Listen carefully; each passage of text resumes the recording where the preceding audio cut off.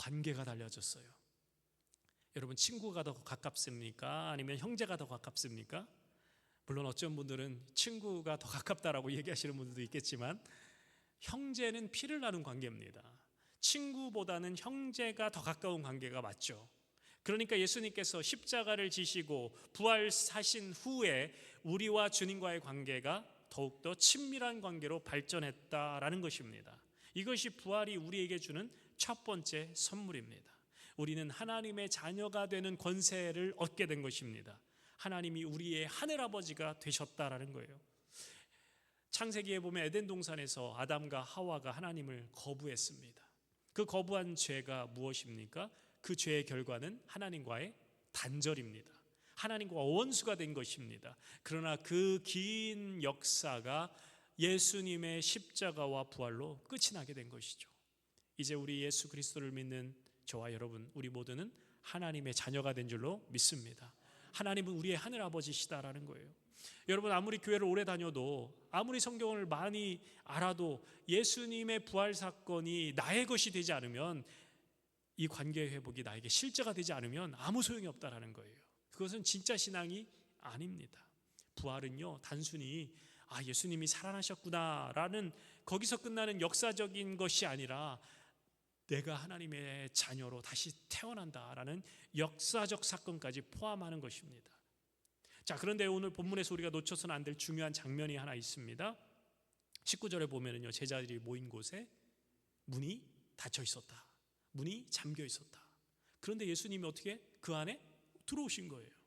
어떻게 들어오셨는지 우리는 알 수 없습니다. 그리고 손과 옆구리를 보여주셨어요. 못 박혔던 그 자국, 창에 찔렸던 그 상처를 보여주셨어요.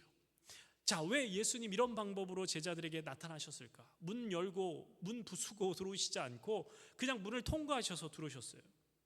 이 모습은 부활이 어떤 것인지를 우리에게 보여주시는 것입니다.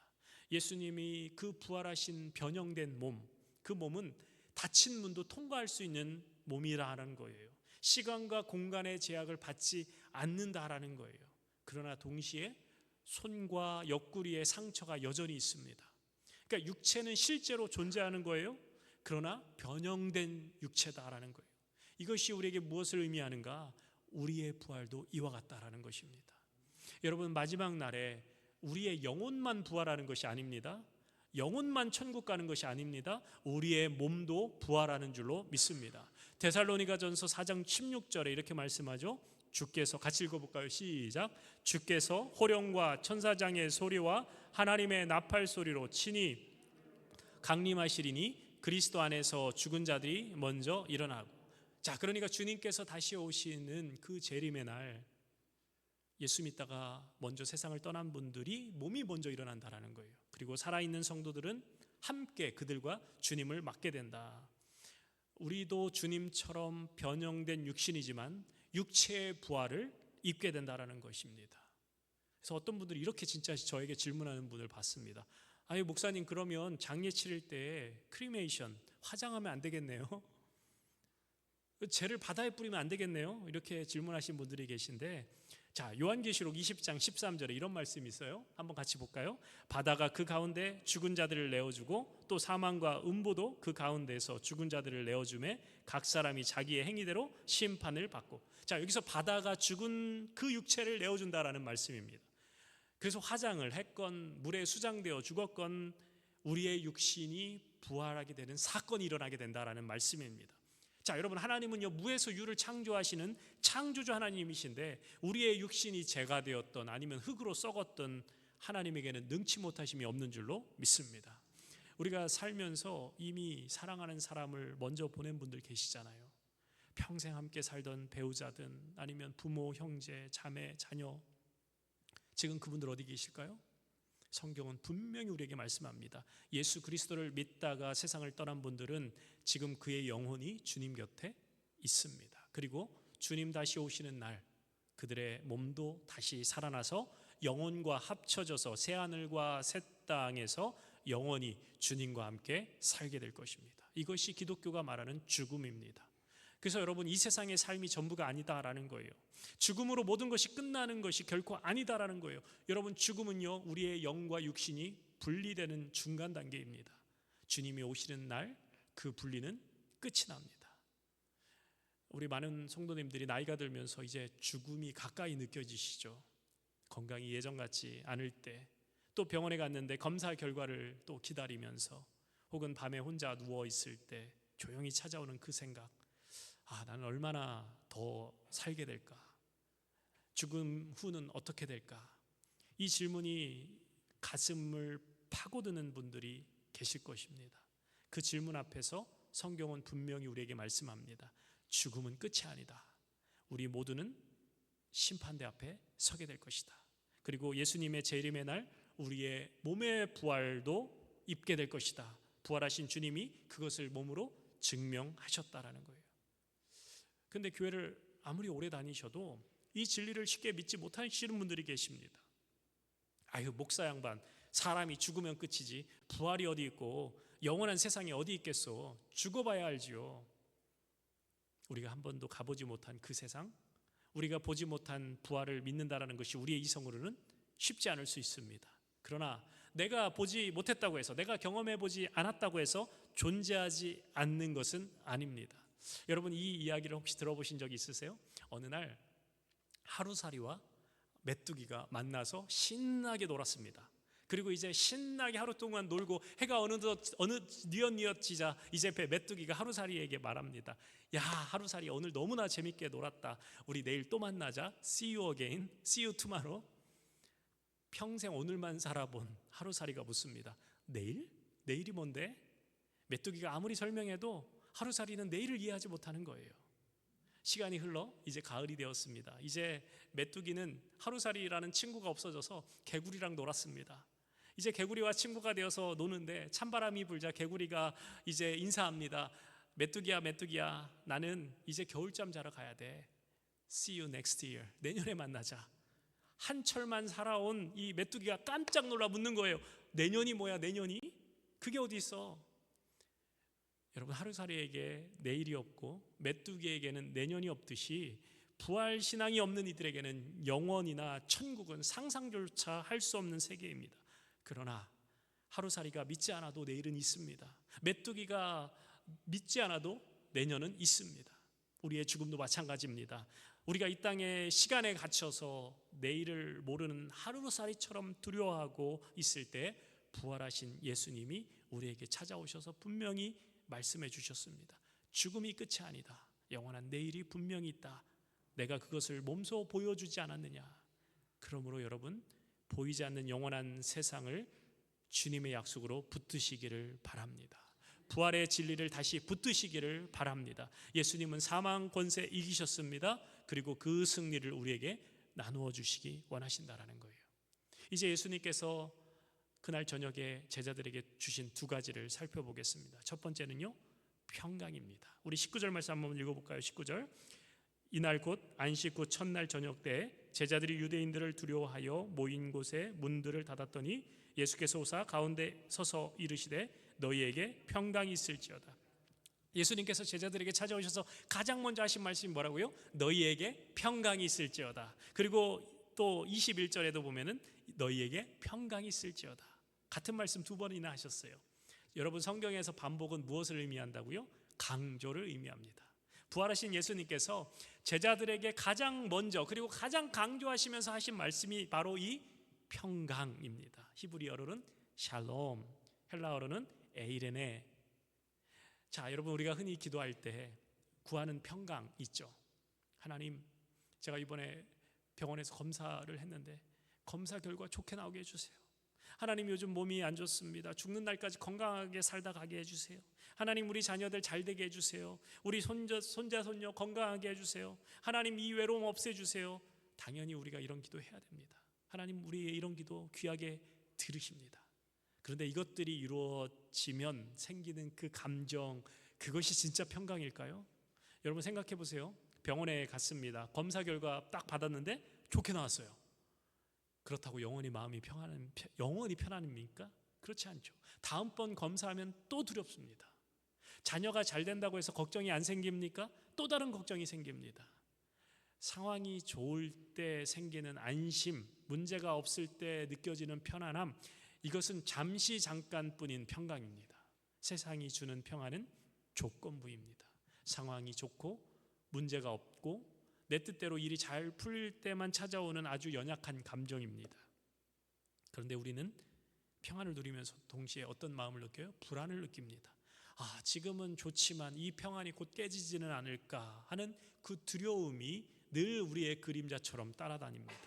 근데 예수님께서 말씀하셨어요. 요한복음 14장 27절에 내가 너희에게 주는 것은 세상이 주는 것과 같지 아니하니라.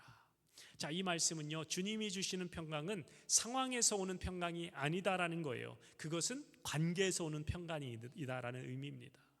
파도가 아무리 거세게 몰아친다 하더라도 그 바다 깊은 곳은 고요하듯이 내 삶의 겉모양은 풍랑이 일고 파도가 치고 온갖 여러 가지 어려움의 모습들이 나올 때 우리의 영혼의 뿌리가 어디에 두느냐에 따라서 우리는 흔들리지 않을 수 있다는 것입니다.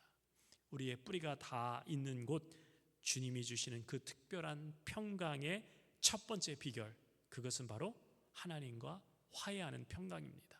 우리 로마서 5장 1절 말씀 한번 읽어볼까요? 시작. 그러므로 우리가 믿음으로 의롭다 하심을 받았으니 우리 주 예수 그리스도로 말미암아 하나님과 화평을 누리자. 우리 인간들이 가진 가장 근본적인 불안이 무엇일까요?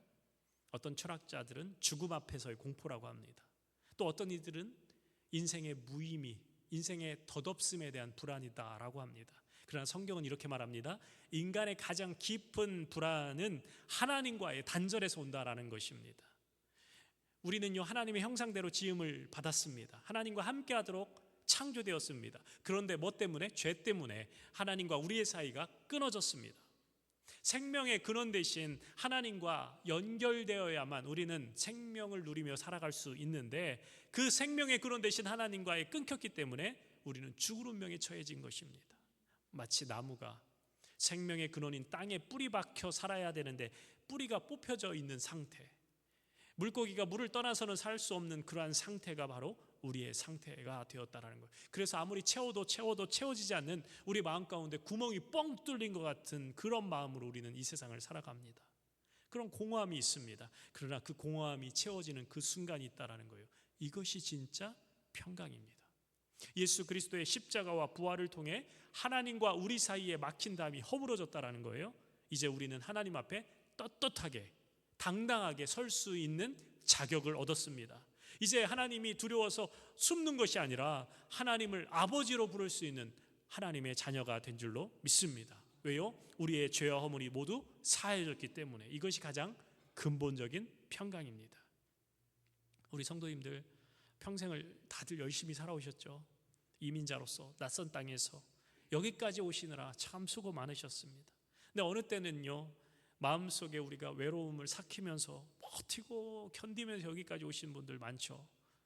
그런데 그 세월 동안 마음 한켠에 우리가 이런 질문이 있을 때가 있습니다. 내가 이렇게 살아가는 게 하나님 보시기에 정말 괜찮을까? 내 생명이 다하는 날 나는 과연 하나님 앞에 떳떳이 설 수 있을까? 그 질문에 오늘 부활의 복음이 이렇게 대답합니다.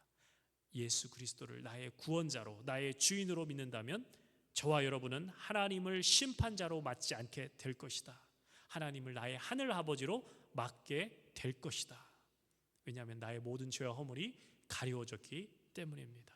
예수님께서 나의 모든 죄의 값을 이미 지불하시고 십자가에서 죽으시고 다시 사셨기 때문입니다. 그리고 예수 그리스도의 부활이 우리에게 새로운 관계를 열어주신 줄로 믿습니다. 온 만유의 구주 되신 하나님이 저와 여러분의 하늘 아버지신데 마음이 평안하지 않을 이유가 뭐가 있겠습니까? 그리고 두 번째요, 성령이 주시는 고유한 평강입니다. 요한복음 14장 26절과 27절 한번 볼까요? 보혜사 곧 아버지께서 내 이름으로 보내실 성령, 그가 너희에게 모든 것을 가르치시고 내가 너희에게 말한 모든 것을 생각나게 하리라. 평안을 너희에게 끼치느니 곧 나의 평안을 너희에게 주노라. 내가 너희에게 주는 것은 세상이 주는 것과 같지 아니하리라. 너희는 마음에 근심하지 말고 두려워하지 말라. 자, 세상이 줄 수 없는 평강이래요. 오직 성령이 우리 안에 내주하실 때 주어지는 그 평강. 세상이 설명할 수도 없고 세상이 줄 수도 없는 것, 오직 성령으로만. 무엇으로요? 성령으로. 이 평강은 상황이 좋아져야 오는 것이 아닙니다. 상황이 나빠도 깊은 곳에서, 우리 마음 그 깊은 곳에서 솟아나옵니다.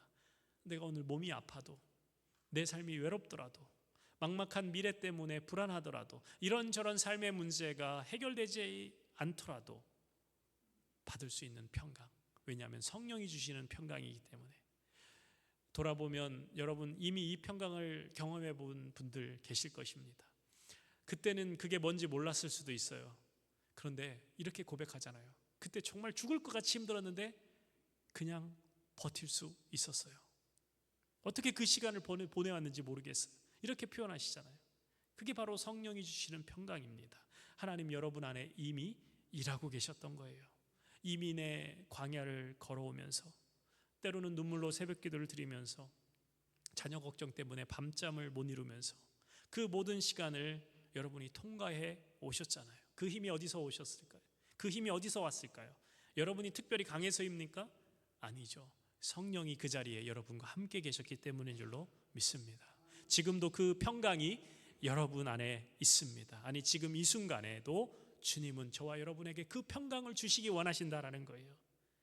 근데 이 평강에는 다른 얼굴이 있습니다. 지금까지 말씀드린 평강은 우리 안에 깊이 고여 있는 것이라면, 세 번째 평강은 우리를 밖으로 밀어내는 평강입니다.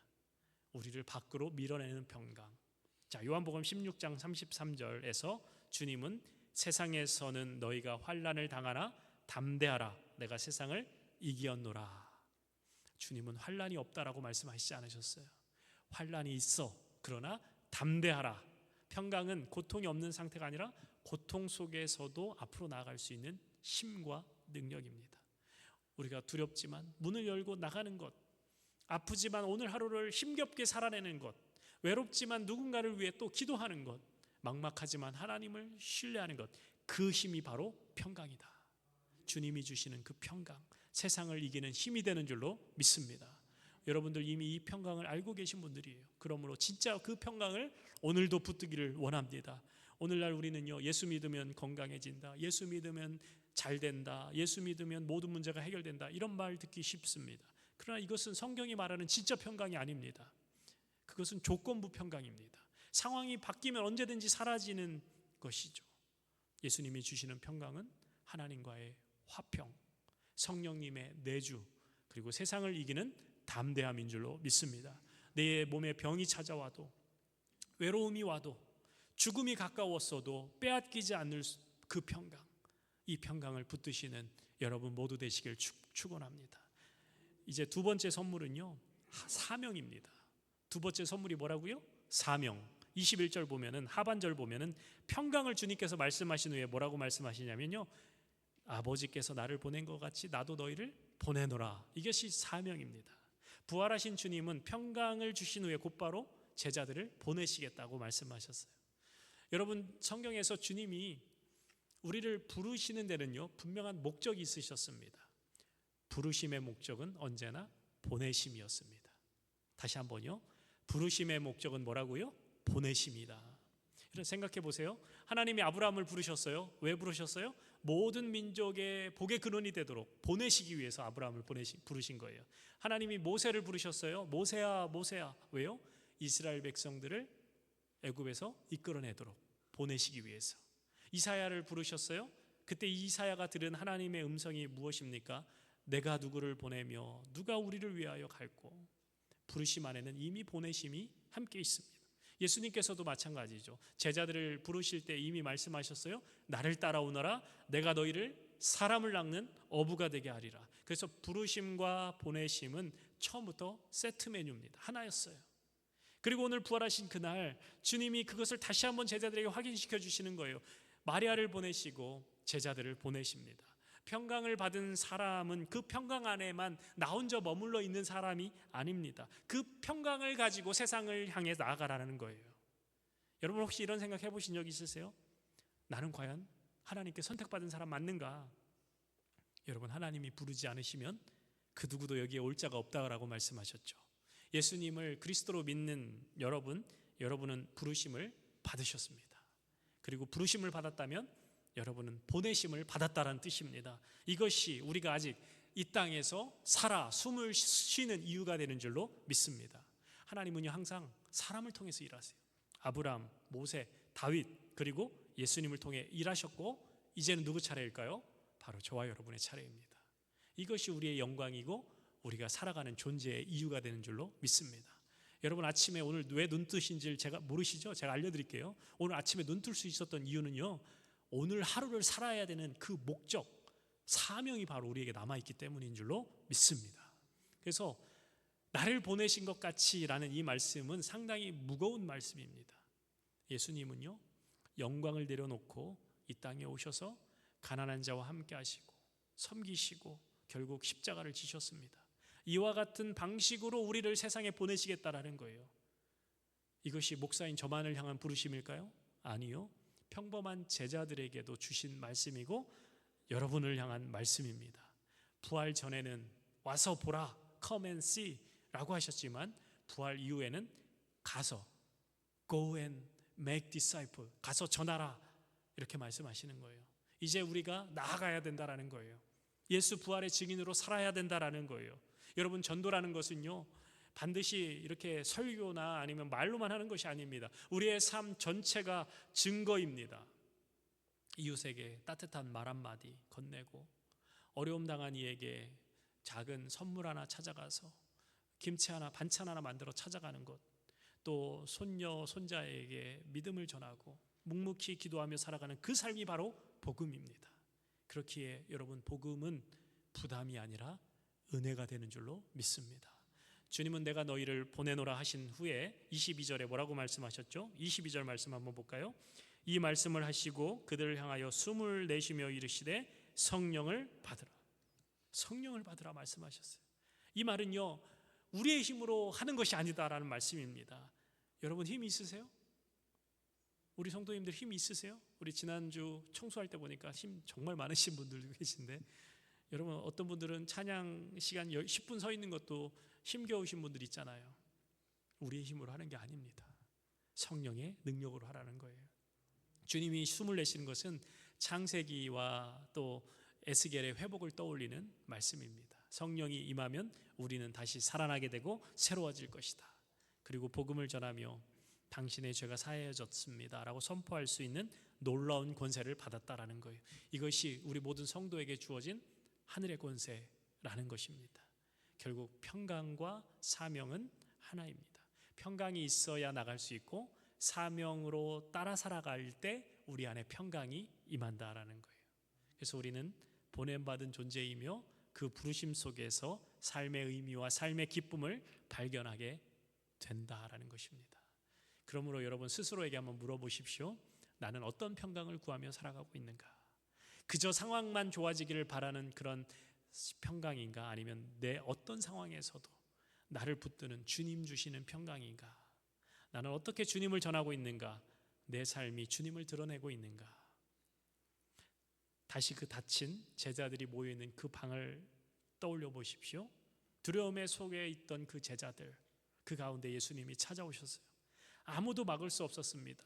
심지어는 그 담벼락도 막을 수 없었습니다. 그리고 주님께서 말씀하셨어요. 너희에게 평강이 있을지어다. 오늘 이 말씀이 저와 여러분에게 선포되는 줄로 믿습니다. 특별히 몸이 아프신 분들에게 평강이 있을지어다. 아멘. 외로우신 분들에게 평강이 있을지어다. 아멘. 두려우신 분들에게 평강이 있을지어다. 아멘. 지쳐있는 분들에게 평강이 있을지어다. 마음을 닫아두고 살아가시는 분들에게 평강이 있을지어다. 아멘. 그 주님이 오늘 여러분의 닫힌 방으로 찾아가십니다. 오늘 예배 가운데, 또 집으로 돌아가는 그 길에 혼자 앉아있는 그 저녁 가운데, 밤에 눈을 감아도 잠이 오지 않는 그 침상 가운데 주님 찾아오셔서 말씀하십니다. 평강이 있을지어다. 나도 너희를 보내노라. 성령을 받으라. 오늘 우리가 결단하는 마음으로 함께 기도하면 좋겠습니다. 주님, 제가 주님의 평강을 받기 원합니다. 내가 구하던 세상의 평강이 아니라 상황이 좋아지기를 기대했던 그런 평강 내려놓고 주님 주시는 진짜 그 평강을 오늘 받기 원합니다. 그리고 보냄받은 자로 살기 원합니다. 거창한 것이 아니더라도 예수 부활의 증인으로 살겠습니다. 오늘 집에 돌아가서 자녀들에게 전화 한 통, 옆집 이웃에게 따뜻한 인사 하나, 손주들에게 할머니가 할아버지가 너를 위해 기도하고 있단다 라는 이 말 한마디, 이것이 바로 이미 보냄받은 자의 삶입니다. 부활의 평강이 여러분을 붙들기를 예수 그리스도의 이름으로 축원합니다. 그래서 오늘도 내일도 내 생명 다하는 그날까지 부활의 증인이 되어 주님 주신 사명으로 살아가는 저와 여러분 되시길 예수님의 이름으로 축원합니다. 아멘. 우리 함께